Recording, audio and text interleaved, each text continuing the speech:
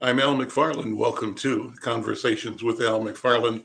Here with my colleague Brenda Lyle Gray. She's a columnist and writer for Insight News, and my sidekick on these shows, monitoring what I call robust conversations, interactions between our team and thought leaders, business leaders, youth leaders, cultural leaders, exploring the world, our world, and our vision of a future in which we win. Brenda, how you doing, my friend? I'm fine. Good afternoon, Al McFarlane. Good afternoon. I want to say kudos to you on the excellent work you continue to do with me and with Insight News.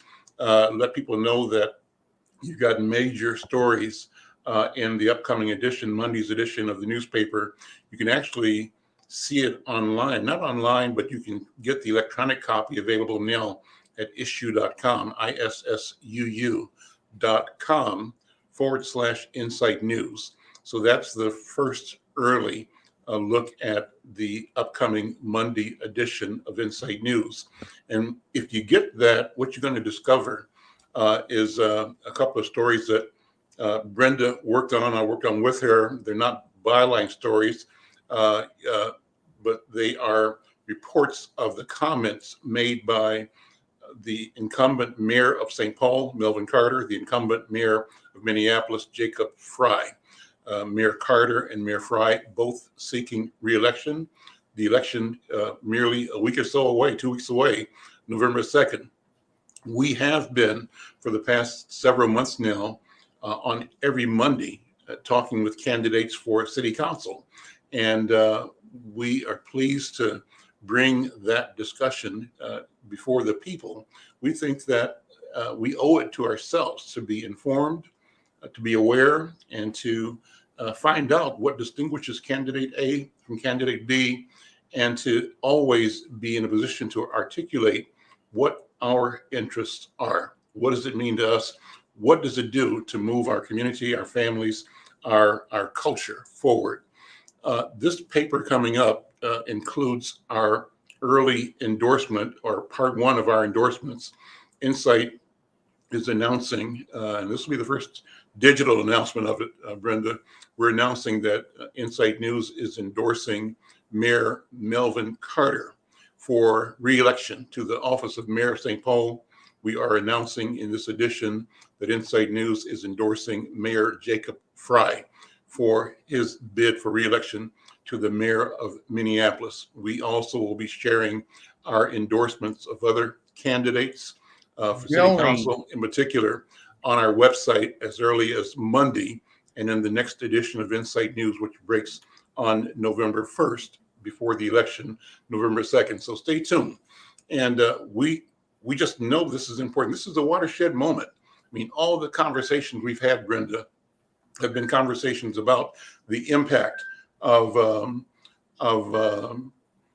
George Floyd, the impact of the coronavirus. And nobody can escape that discussion, because nobody can escape the consequences of either. What do you think about that? I've just been so impressed, and being an outsider, I've just been so impressed with the candidates. Of course, I don't know that much about Carr, except his achievements have been impressive. But I've always Carter, you mean? Yeah, I've always been a fan of Jacob Frey. Mm-hmm. And I think one of the reasons, and not knowing him personally, is he was a young man that was just on the global front, boom, and had to handle so many things. And kudos to you, Al McFarlane, for being by his side. I just thought that was just so big when he said, had to find Al McFarlane first. And you were by his side in all of those important events, the trial, the verdict, all of it. And I just think that was just really good. And the candidates, oh my goodness, I went back to school. They're brilliant. Yeah. They are brilliant. And I just so appreciate having the opportunity to learn so much from them. I was just blown away. And even with AJ Flowers yesterday in our interview, candid. Wasn't that amazing? I'm Wasn't it saying, amazing? bravo. Yeah. Are you your daddy's son? Yep. He told the truth. Yep. You didn't explain anything to me about a ballot initiative. There was no clarification. There was just 9 city councilmen saying, defund the police. Nobody told us anything. I loved it. I just loved it. So kudos. Well, let's put your comments in context too, Brenda. Thank you so much. When the mayor called, and both mayors said this, and I appreciate their comments, it's important for this reason, not because they, it's not personal, that's number one, but that's true. What is important is that Mayor Carter and Mayor Fry recognize the presence and the value of the Black press of America. I see Yusuf is on. Bring Yusuf in. Come on in, Yusuf. And so they recognize the power and the organic, organics involved in the relationship between us as expressed by and through our own information infrastructure, the Black press of America. So you were saying that, acknowledging that Mayor Fry on several occasions has come forward saying, thanks Inside News and thanks Al McFarlane. And I say, of course, humbly, appreciate any kind of comments, but it's not about Al McFarlane. It's about me as representing the Black press, the voice of Black people, and the perspective and he of Black said people. That over and over. He means that sincerely. He knows that he can't operate in that sphere without having that power of Black leadership. That's it, exactly it. And Mayor Carter has been the same. Mayor Carter has been persistent. Mayor Fry has been persistent in reaching out to the Black community among other venues, but through the Black press. I can tell you that in history, most white politicians, even those that call themselves our friends, have been and remain dismissive. There are some who are Black who also devalue the information infrastructure in the Black community, that they take their sense of power and their sense of validation from the white press and white people. And so they will not take the time to talk to an Inside News or one of our Black other newspapers or radio stations, figuring that it doesn't matter. It's just us. But they are elated to be called downtown and given a chance to explain their existence or to take orders about their existence from white people. So I fault them. I criticize them for that. And I criticize us for allowing it. But I say that this kind of conversation is one that we have to keep having, to demand and to expect of ourselves that we are accountable and that we speak our truths to ourselves and to the universe. Yusuf, you and I go back a generation or two now, and both the Twin Cities Black Communications Group in the fire, bringing back in the 70s, our viewpoint. And so I just seen you, Yusuf. And you, dear. I had a little trouble getting in, but I'm here now. Good. I'm so glad to see you. I've missed hearing from you. I would send my boss all these questions, and it was like, ask Yusuf this, and what about Kamala, and what about all of this? So I've got all these things stored up. I'm going to have to email you and ask you.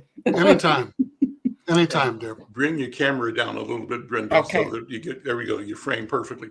Excellent. Yusuf, how you doing? What's on your mind, man? So let's riff on this conversation first. I want to riff on the obligation that the demand that we have to make of our electeds, that they communicate to us where and how we want to be communicated to, that they cannot operate on the presumption that since they told white people that we got it, or they don't have to make an effort to talk to us where we say we want to be talked to. What do you think about that? Well, that's historically been I the was getting ready case. to say that. Yeah. And it's not just in the mayor's office. It's at most levels of elected politicians, Yep. city, state, county. And it goes across the board. I remember a time when there were open lines of communication within the Black community and within the community of elected and appointed officials, where there was good communication. Some considered it riot insurance, but nonetheless, there was access. That access also existed to a large extent with the corporate and foundation giving community, with the, I call them the fat boys in the canoe, the white power structure, who were at least in contact with somebody in the community who was not averse to sharing information. And I think a lot of our politicians today focus on their data-driven and mission-informed. And what I'm referring to is when they were mission-driven and data-informed. They don't just look at the zip codes where people vote and say, that's my priority, that's who I'm going to be accountable to. But they look at the mission of inclusion and representation and who they represent. And they're committed to that, and they're informed by the data, but they're not driven so much by the electoral data about who votes. In St. Paul, it's everything west of Lexington is what carries referendums and elections, and in Minneapolis, it's southwest. Our community in St. Paul is everything east of Lexington, right? Yeah. Mm-hmm. And in Minneapolis, it's essentially the same picture. Mm-hmm. But no, you're absolutely right. I did catch the second half of the conversation, and I agree with you wholeheartedly. Mm-hmm. What's on my mind is the John Lewis Voting Rights Advocacy Act. Okay, and Angus King, who is the senator from Maine, says that voting rights and voting suppression are at the most critical point in terms of being a threat to democracy since 1860, because many states, through their legislatures, are advancing legislation which will allow a Republican-controlled legislature to override the results of an election and say, we want to send electors to the nation's capital to elect the next president who we feel represent us, not the winner of the popular election that was held in November. And that's occurring across the country. Now, Senator Joe Manchin, who along with Senator Christian Sinema from Arizona, Manchin is from West Virginia, have been the two Democratic senators blocking the passage of the John Lewis Voting Rights Act and also the president's social infrastructure bill of several $1 trillion. And Manchin had the nerve to say, the problem is that progressives wrote the bill and they wrote it such that it does not appeal to Republicans. So I'm going to write the bill myself and introduce it and work across the aisle and get it passed because I'm committed to voting rights. Well, he wrote his own draft legislation. And yesterday in the United States Senate, they had a vote on whether or not to even discuss a voting rights bill. Guess how many Republicans voted for it? I'll bet you zero. You got it. You win the rose.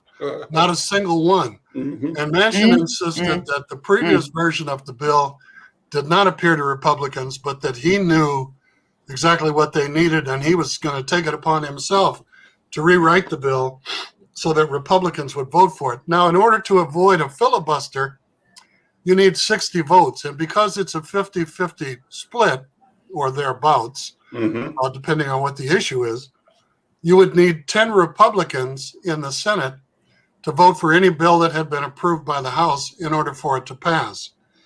Now, here's the trick. You need 60 votes to pass legislation, but you don't need 60 votes to filibuster. You only need 41, okay? And all you have to do is say you have the 41 and the filibuster is in place. Now, 41 Republican senators who represent 24% of the population of the United States can call a filibuster and block any legislation that they choose to, okay? Now that means that these 41 Republican senators who represent 24% of the American public can override the wishes of 76% of American voters. So if the polls say that 76% of the people support background checks, support voters' rights, do not support voter suppression, support the social infrastructure bill, these 41 senators can block it from ever becoming law. And you got to ask yourself, what's wrong with this picture? You know, I mean, California's got 40 million people, and they've got 2 senators. North and South Dakota might have 1 million between them, and they have 2 senators. This whole electoral college piece is crippling, the process. And this filibuster piece, Manchin's got egg on his face because he claimed he could write a voter rights, bill that would appeal to Republicans. Biden is cutting back on clean electricity, on extending the Child Care Act to 2024, Child Care Tax Credit to 2025. He's scaling back on free community college education for any adult that wants to go. Yep. And it's talking about increasing Pell Grants while it's, laudable, is still short. And they're probably, if the social infrastructure bill gets a hearing, it will be cut 50%. And so the progressives are saying that Biden has been focusing more on pleasing Joe Manchin and Christian Sinema in order to get these policies passed. That has made it very difficult for the progressives in both houses of Congress to come to his aid and start, marketing and supporting these proposals, particularly the ones that will benefit the poor. And there have been 4. I'm going to say this, and then I'm going to hush.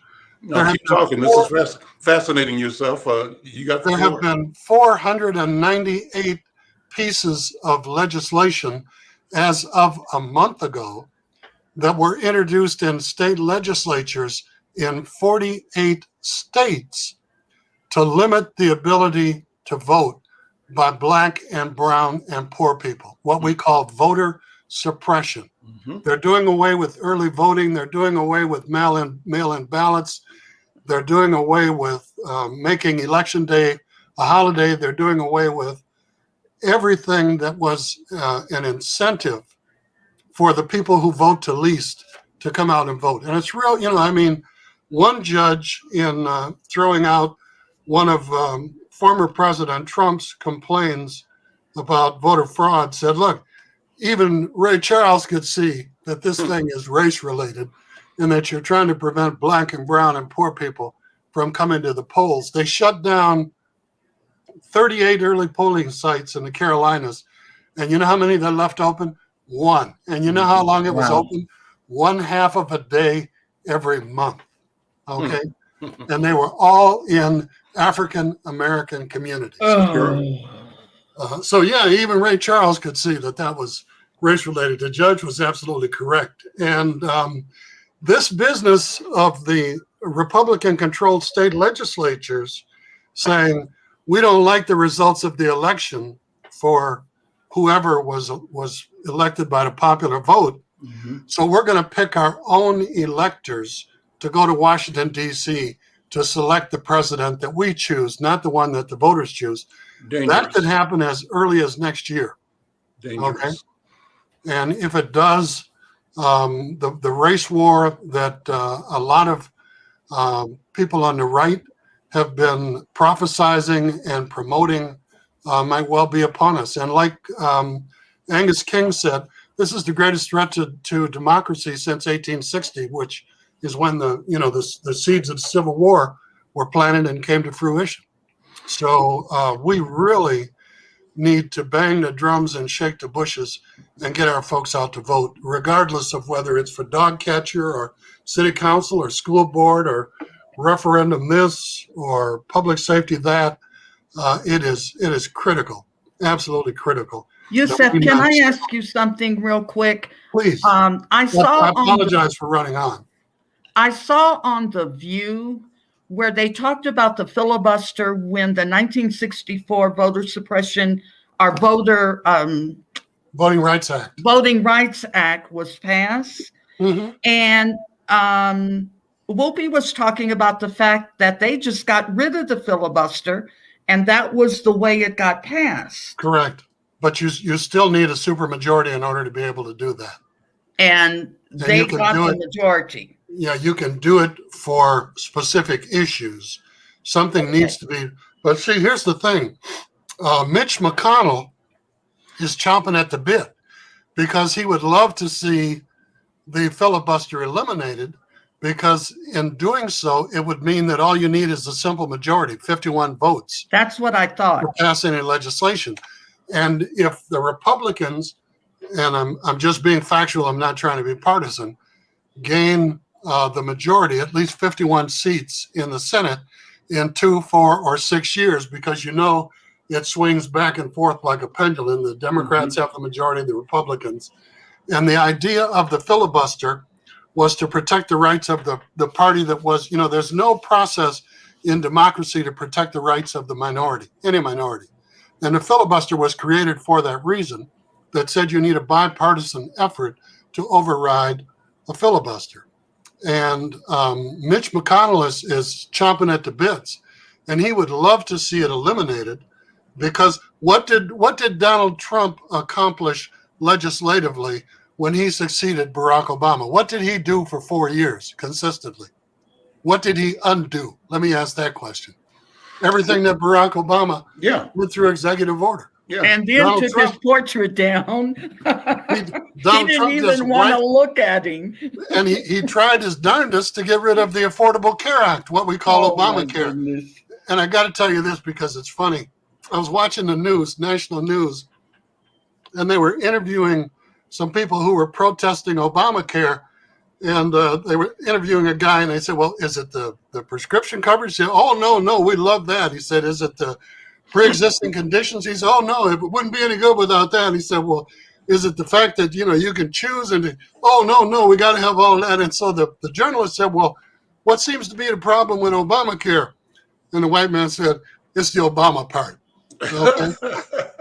I read that. And that's the bottom line. That he was black. And the reason why they're going after Joe Biden on this social infrastructure is because of the tax on people that make $1 billion a year or more, and a tax on corporations, and a tax on companies that buy back their stock. Okay, and they need more tax, benefits, like Carter needs more peanuts. Because Biden has to come up with a way to pay for this social infrastructure so it doesn't drive the debt load up any higher. But it's crazy. It's absolutely crazy. And it's being done very subtly and very publicly. And a lot of people are unaware of it and seemingly unconcerned about it. The machinations. And we've talked earlier about the 30-year plans that the right-wing billionaires and the ultra-conservatives had to regain the Supreme Court, state legislatures, school boards, city councils, and all of these offices across the country. Now, we know what's the group in Florida, Al, that sends out the legislation every 2 weeks to every Republican state legislator in the country? Is it Alex? Alex, the American Legislative Exchange Council. Mm-hmm. There's another group dedicated to county commissioners and county executives from this same group of folks, the Kochs, the Bradley Foundation, the Mellon Foundation. They call them the Four Sisters. These four very wealthy right-wing foundations, and also a number of conservative individuals who are saying it's not just good enough at the state level. We got to get down to the city and county level and expand, the protections. Look at what they did with Kavanaugh, and look at what they did with the other guy. They nominated and appointed Kavanaugh to the Supreme Court in 21 days. Yep, unheard of. And the last one, Obama had 14 months left in his term as president, and Mitch McConnell refused to have a hearing on the guy who is the Attorney General. What is his name right now? Garrett. Yeah, Merrick Garland. Merrick Garland. Yeah. That Barack Obama nominated for the Supreme Court, and there were less than 2 months left in Trump's term when Kavanaugh was, when they held the hearings and appointed him to the Supreme Court. So they stole 2 Supreme Court seats, okay? And we now have a 6-3 majority, 6 of the Supreme Court justices being appointed by presidents. And let me just give you a brief history lesson. I'm sorry, this John Coltrane did a solo one time, and Miles Davis said, "Man, how come you played so long?" And Trane said, "I'm sorry, brother, it just took that long to get it all out." From 1789 to 1850, okay, 1789 to 1850, 80% of U.S. presidents owned slaves, 8 of them while they were in the White House, okay? Now, we'll take it a step further. 18 of the first 31 Supreme Court justices owned who? Slaves, okay? So when we talk about the Constitution, when we talk about the founding of this country, whose interests were being served, whose interests were being protected, who were they looking out for, okay? So we all know that Make America Great Again meant Make America White Again. Mm-hmm. And these strict constitutionalists, what's this society? The Federalist Society consists of a group of lawyers and judges who are to the right of Attila the Hun, okay? And anytime there's an opening on the Supreme Court, they give a list to the Republicans in the Senate. They gave Donald Trump a list. That's how Kavanaugh got elected. That's how the other guy got elected. The Federalist Society. I mean, these folks are not conservative. They're not right-wing. They are extremists, okay? They're literal interpreters of the Constitution. And they believe that we ought to go back to 1776 and put this bad boy back into its original form. And they've got, I think, 34 states that have Republican governors, and they need 4 more to call a constitutional convention.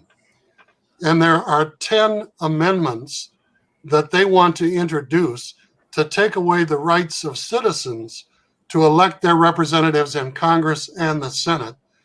And they want to do 9 other things that are completely off the charts. The needle won't go far enough right to check where the amendments are that they want to introduce. And if they get 4 more Republican governors, they can call a constitutional convention and they can introduce and adopt these 10 amendments, Google them, to the Constitution that will make Vladimir Putin look like Dr. Martin Luther King in terms of the way that our country is run and, the powers of the party in control of the federal government. So I rest my case. This nation time. This is such a wonderful conversation, and I actually want to keep you talking down the path that you're on, because the question has to be raised: to what end? You've described all of these horrors, these traps that are being set and that are re-emerging. These are tools that have been used in the past to suppress our opportunity, our freedom, our culture, our humanity, our lives, as a matter of fact, and to try to hardwire white privilege and the colonialist power, the imperial power, the supremacist ideology in this country and in the world. And so as you described what's actually on the legislative agenda and set of possibilities for the country, answer the question, to what end? Where do you see them? And you can say who they are. Where you see them trying to get to? Where are they trying to go? And then, well, I've mentioned two books, Democracy in Chains and Dark Money, that spell this stuff out, going all the way back to Brown v. Board of Education. Okay, and that's when they ran Goldwater for president, and he got stomped in the election. And they said, instead of trying simply to get people elected, we need to change the law so it doesn't matter who's in power, they'll be doing our bidding. And the Republicans laid out a 30-year plan for how they intended to do this. And what was the law that passed that allowed corporations and individuals to give as much money as they wanted to political action committees? You know the one I'm referring to? Come on, I do. I don't remember the name of it, but yeah, sure.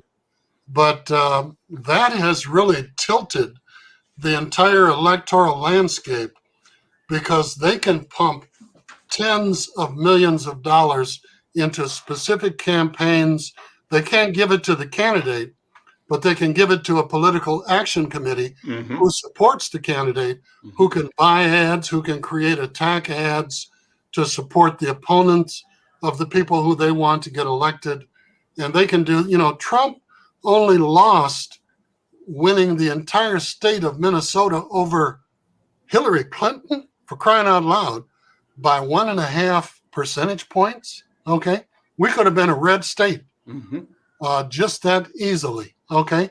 And when you look at how close the election Biden was, the same thing was true. We were one state away from losing one of our representatives in Congress. One of the 8 would have had to go bye-bye. Okay. Because of the census counts, because states that got a higher birth rate and more in-migration were able to add a congressional representative, and the states that either lost or remained stagnant got one taken away, because there can only be so many senators and so many congressmen. Great. But they spelled it out, and it's about white supremacy. Okay, it's about white power. It's about eliminating any sense of democracy for people who don't own property, people who are not in the middle class or upper class. And when you look at the income inequality and the wealth distribution, during the recession, the total wealth of 0.1% of the top people in this country has skyrocketed, okay? While the wealth of people on the bottom has gone down. I'll give you one other real clear example that everybody can understand, okay? The home ownership rate for Black families in Minnesota is lower today than it was in Mississippi in the 1950s, okay? And up until 2008, the home ownership rate for Black families in the state of Minnesota was 27%. You know what it was after the Wall Street crash in 2008? What it is now? 21 or 22%.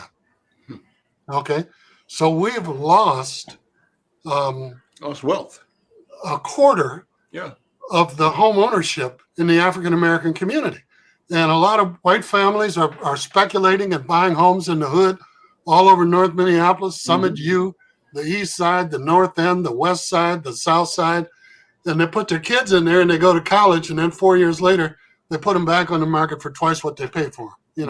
And they put in about $5,000 or $10,000 to beef up the kitchen and the security systems, obviously. But it's called tier financing. You put in a little to get out a lot. Okay, and then when you put it back on the market, hey, we've gentrified this community. And look at Western and Selby in St. Paul. Used to be single room occupancy apartments. Now it's all townhouses, condominiums. It's crazy.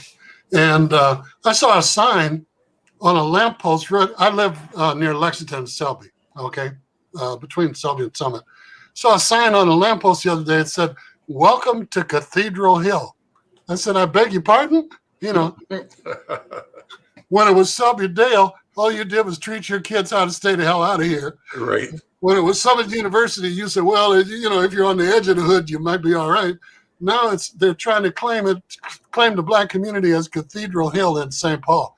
So what's that creek that ran through Sumner Olson? Is that what they're going to call your neighborhood next? Bassett Creek. Are you going to live in Bassett Creek, bro? Bassett Creek neighborhood, or they tried to or create Theodore Worth. A new name for it, calling it Know Me, North Minneapolis. We call it North Side, right? Black people got the North Side nomenclature. Yeah. North Side, that kind of thing. So somebody's from here, depending how they say it. And the governor lives on Summit Avenue. I said, Tim, you live in public housing in the hood. Let's be honest about it, okay? So you need to say from Rondo to the Range, okay? Those are my priorities because you live in the Rondo community. Summit University, Shelby Dale, call it what you want. You live in the hood and you live in public housing because you live in the governor's mansion. So I'm getting sick. Yusef, I have a question though. Yes, I sent Al a couple headlines today. Mitch McConnell also was on the news a couple hours ago, and he has sent a stiff letter to Trump to tell Trump, I'm done, cut it out. We're about winning elections. Let it go. Let it go, or else we're going to suffer. And I'm saying, well, here's what happened. Here's what drove that.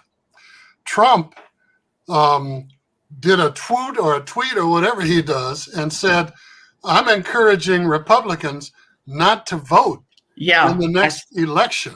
Okay. In 2022, to show their protest for the voter fraud that stole the White House from me. And he's saying, don't worry, I'll be back in the White House by Thanksgiving.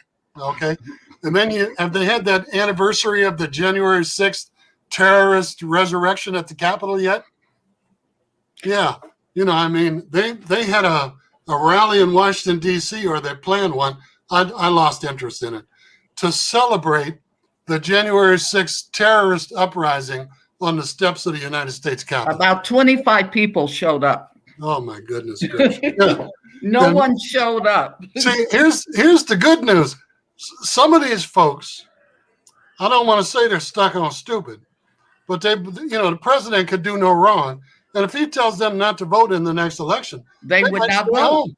Okay. So that's what got, because Mitch McConnell is part of this 30-year plan. They want to make it a 50-year plan and prevent Democrats from ever regaining a majority in the United States Senate. But they're also afraid of those files from January 6th surfacing. I told Al that he's done everything. He is filed every lawsuit he could because they don't want that truth to come out. Because if it comes out. That's part of his history, though, Brenda. Okay. Yeah, I know. He's been suing everybody and the dog catcher since 1952. Okay. He never pays his subcontractors on time, and he sues them, takes them to court, and they don't have the money or the time to be spending 18 months fighting him. They just write it off as a bad debt. My goodness. Donald Trump has never built nothing, has never owned nothing. He sells his brand, his name. And the number one thing that would hurt his ability to make money? Running for re-election and losing. And he hasn't been there and done that. Okay? His super golf club resorts have lost money. He made tens of millions of dollars from staying in his hotel, at his resorts, at his golf courses when he was in the presidency. His son claimed he was only charging $50 a night for the Social Security to stay overnight. The detail that the 100 people that have to go with him when he goes anywhere. You know how much they were charging? $3,000 a night. Okay. At his properties. Yes. Okay. Unbelievable. Stick up. Where do you get off? And his daughter had a meeting at Trump, whatever it is, Bazaar in D.C. Used to be a post office or something. They turned it into a hotel. She spent $36,000 on flowers for the luncheon and sent the bill to the federal government. Okay.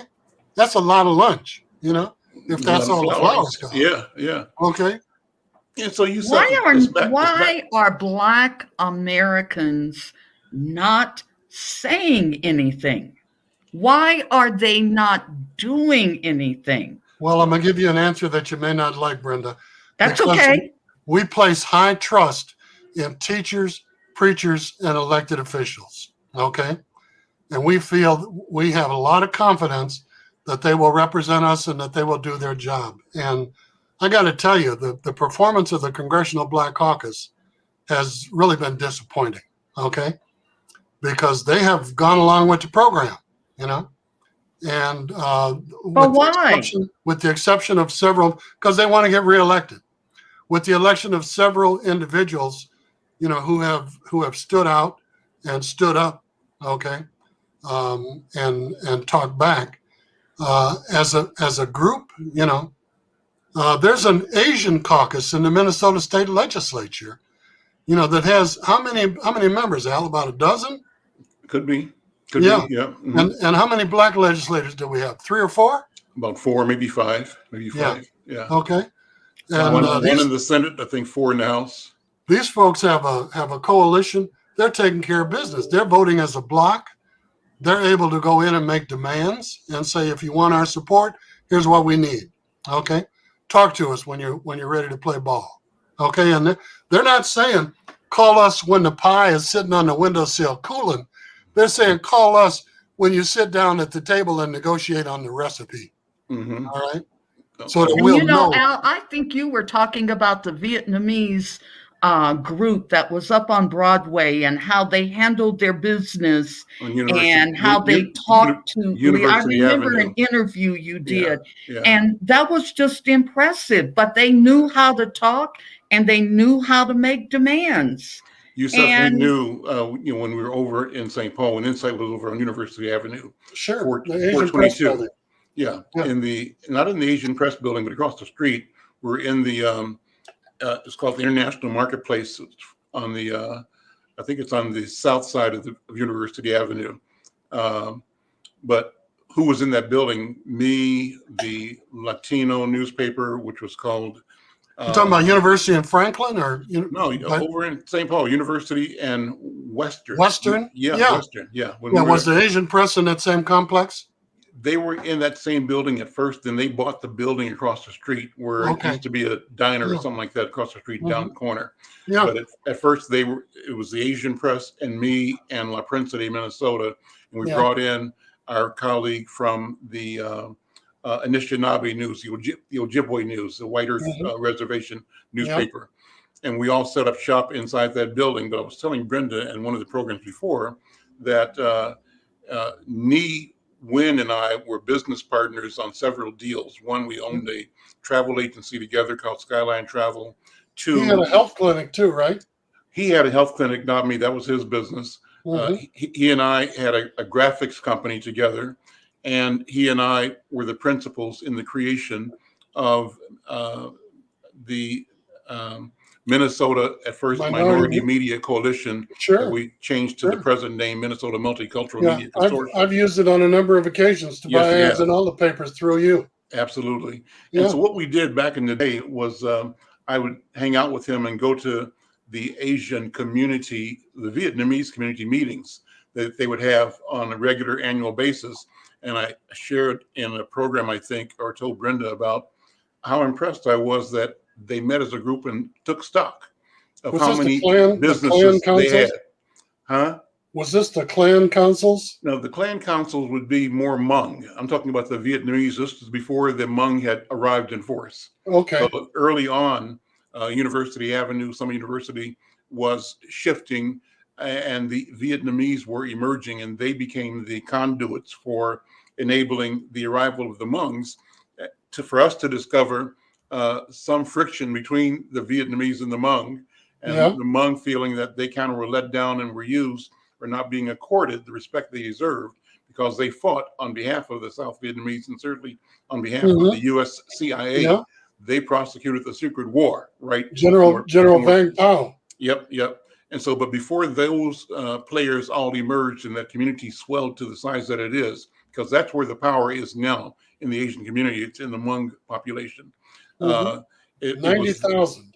it was the Vietnamese first. And that's the group that I connected with. And Selling Brenda attended their annual gatherings. And what was impressive is that they would have different leaders in different economic sectors come up and say, here's stock of what we're doing. We're doing 20 businesses like this, 12 businesses like that. The goal for next year is from not 20 up to 30, from 12 up to 25. And I said, isn't this cool? It was And impressive. At some point it in was time, so impressive. Yusuf, we have to figure out how we take stock in our community, take stock in the African American and African community, give account for what we've done individually and collectively in the spirit of advancing possibilities and opportunities and creating expectations. What do you think? I'm gonna tell you a secret, Al, and I'm gonna try and be brief. But I have a friend who one time asked a prominent Jewish person. He said, "Who's the leading Jew in your community?" And the Jewish person's response was, "In what area?" Okay. And he proceeded to explain, we have a Jewish leader in medicine, we have one in politics, we have one in education, we have one in, and went on to list about 24. And he said each of them has a committee of elders that they report to and who sign off on whatever statements they make on behalf of the Jewish community. Okay. And our history would suggest that the model that has been allowed to develop within the Black community is who is the head Negro in charge, okay? And that creates tension and competition, and you can't have one person in charge of everything, okay? But the Jewish model, the Vietnamese model, and the Hmong model with the clans, there are 90,000 Hmong in Minnesota and western Wisconsin. And the organization is called the 13 clans, or however many there are. And that elder in that clan has a council that he represents and reports to. And they make collective decisions. When somebody needs a new car, everybody chips in $100, okay? And they pay cash for it and get a big discount. They don't sign up for I wrote about that. That blew me away. I mean, they all come together. And the Somalians do the same thing. With what little they have, they come together. The Muslim religion forbids paying interest. Okay, they're required to come together. So the Southeast Asian community, the Hmong community, you know what they're doing? They're buying up all the fourplexes in the neighborhood. And I'm not saying that pejoratively. The grandparents live in one unit, the parents live in another unit, the kids live in one unit, and when the cousins and the relatives come in from out of town, they stay in the other unit, okay?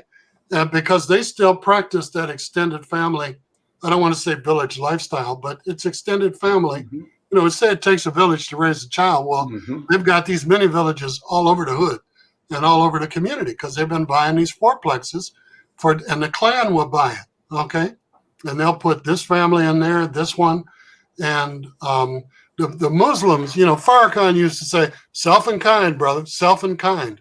And that's what it's about. In the Jewish community, kosher means blessed and cut by the rabbi, okay? And they're gonna spend their money somewhere kosher, okay, if they're gonna spend it, okay? Now me, I'm into service, and I go over to South Minneapolis to get new soles and heels put on my shoes. And it takes me 20, 25 minutes to get over there, but the boy does such a good job. The shoes are better than new when I get them back. He shines them, he deodorizes them, he polishes them, he does beautiful half soles, beautiful heels, and they last forever, okay? And I paid a lot of money for them, so I want to get them redone. It ain't like we used to pay $5.99 for them at Hills Brothers when we were kids.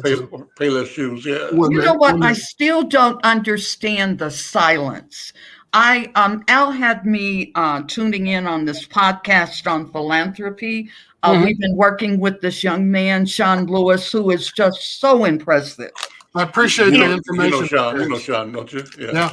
But in this podcast, $22 billion in philanthropy has been given per year. And do you know how much Blacks get of that 22 billion is 6.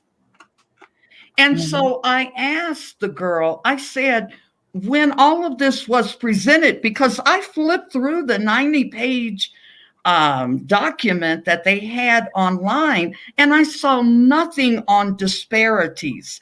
I said, when you presented all of this, did you show the gaps? Did you show? And because these biggies had all of these millions of dollars and headlines, and after George Floyd, $2 billion was committed. Millions of dollars, $2 and billion. they haven't given jack. No, they gave enough to take a busload of people to White Castle. $6 billion out of 22, and probably not all of that. And I guess you're talking about how much was committed, not how much has been granted.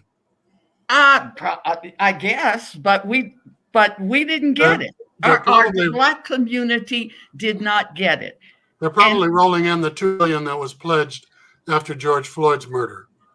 I'm going to have a hard time itching and trying to write this because I don't understand it. I don't understand the silence. You should talk to the Minnesota Council on Nonprofits. It used to be the Philanthropy Project before it became the Minnesota Council on Nonprofits, and they did research on the top 40 foundations in Minnesota. Okay, and the amount of money that was going to programs that serve women and girls, people of color, the elderly, and low income, and single moms was not enough to spit in your hand with. It was embarrassing. And the Minnesota Council on Nonprofit can steer you toward more accurate information. The other trick, Brenda. Was that John Pratt over there? Is that who was over there? John Pratt is retiring. Okay. He retired this past, when was the 19th? Was it Wednesday? Mm-hmm. Tuesday? Okay. He retired last Tuesday. He was there, right? He was there, right? Yeah, I was one of the founders. Yeah. But I just don't understand why. I thought about when Al and I was growing up, and there was an incident that Dr. Bravada Garrett Akinsanya told about these young kids that had gotten into a fight, and they took them away with the police and whatever. And I'm saying, if that had happened when we were growing up in Santa Fe Place, there would have been picket signs. They would have been downtown to the city hall. I mean, it just would not have gotten away. And I don't understand the silence. Why aren't we doing something about this? Can I say two things, Brenda? I'm sorry. I'm going to shut up. No, dear. No. You're doing fine. I need to say them before I forget them, because I got a lot of stuff going on in my head. Women can multitask. You can have 8 drawers of a file cabinet open with 200 files in each one. Me and Al can only deal with 1 file and 1 drawer at a time. Okay. And if we don't do it right away. I'm not going to say that, Yusef. He multitasks, and then he fusses at me. It's the way that men and women process information. And Al has to get a hold of you as soon as he thinks of it and share it with you, right? I know. Yeah. Love it. So here's 2 things. One, you need to look at the governing boards of the group the money is given to, because a lot of the money that goes to programs for girls is all men on the board of directors. The money that goes to support communities of color is white people on the board deciding and defining how that money is going to be used. The other piece is that a lot of these groups help people in our communities stand on their own 2 knees. Okay? You understand what I'm saying? That's a good one. They help them stand on their own 2 knees. All right? And they give them enough to get by, but not enough to get over. Mm-hmm. And I'm working with Celeste Fraction, who's doing the research piece at the Urban League. I'm on her advisory committee, and I keep sending her studies and research and stuff that she can put up on the web to help educate people, because it has educated me. And it's out there. You just got to get it. People are silent because they don't have the information. Mm-hmm. They don't have the background. They don't get it in the Star Tribune, the Pioneer Press. Okay.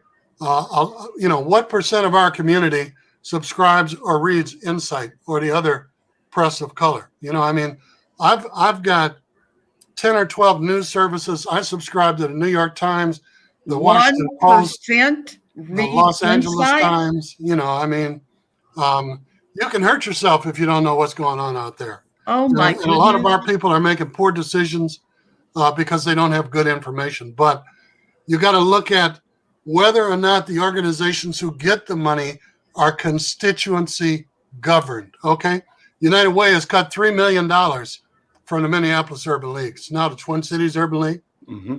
Who is that money going to? Okay, is there another organization providing those much needed services, Al? Well, I'm on the board of United Way. So Peter Hayden is doing chemical health, mental health. He's not getting the county contracts and the money to deal with that in our community. He couldn't even get money to help the veterans. Where's the money going to? Is it going to constituency governed organizations? Because the Urban League, Turning Point, are constituency governed organizations. The people on the board who make the policy decisions and who set up the mission statement and the strategic plan and the action items are the people who are in tune with the pulse of the beneficiaries, okay? They know where the money is needed and how it's going to help most, all right? And when I was at the Urban Coalition, we were a research-based advocacy organization. And you should have seen some of the white people in foundations and corporate giving programs when I would go in to get money. I would say, research? I've got a performance review coming up. What are you trying to do to my future in this place? And it was like I asked for their daughter's hand in marriage or their sons or something. I just had to shake my head. We went to the state of Minnesota and we got the same response. Research? Black, brown, red, and yellow home ownership? Is you out of your mind? Are you on drugs? Why would we fund that? And I'm saying somebody needs to fund it. Ain't nobody doing it. Yusuf, it goes back to what I always say, and Brenda's quoted me on this already. The principle, the practice is we get the misery, they get the money. Yeah. Our misery becomes their business. Is that new? No, that's what slavery was. Permanent, institutional, legalized misery for Black people, right? Misery at the point of death, right? And misery without end and without escape, sun up to sundown, 24/7, for the advantage of white comfort, white wealth, white power, white privilege. And one could say there hasn't been the change that we expected and desired, that we demand today yet. It's coming, but it's going to come not because of benevolence or beneficence by them. It'll come when, Yusuf, I think you would agree, our people finally and fully understand our own backbones and stand straight and tall and determine that we have both the right and responsibility to be co-creators of history, and that our role is to ensure that history is a story that has us as the winner. And Frederick Douglass said, power concedes nothing without what? A demand. Thank you. Conflict, yeah. And never has, never will. Listen, last word. I love you too, and I thank you so much for everything that I learned from every time you open your mouths. Hey, so safe. I just want to say thank you. Well, let me say to the people that are listening, we want to grow this experience. We've got about 100, 200 subscribers on YouTube right now. Most people are engaged with us through Facebook. We want to grow our presence and our numbers in both platforms. So if you're listening or watching or connecting on YouTube, subscribe. Let's spread the word. My goal is 1,000 subscribers. Help us out. We appreciate you. And like and share to Facebook. This is a critical conversation, and we thank you for being a part of it. I'm Al McFarlane. We'll see you tomorrow. Take care. Bye-bye. Wow. Thank you,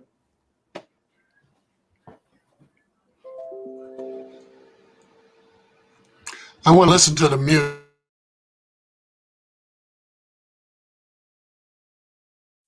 Oh, Queen Justice, where are you?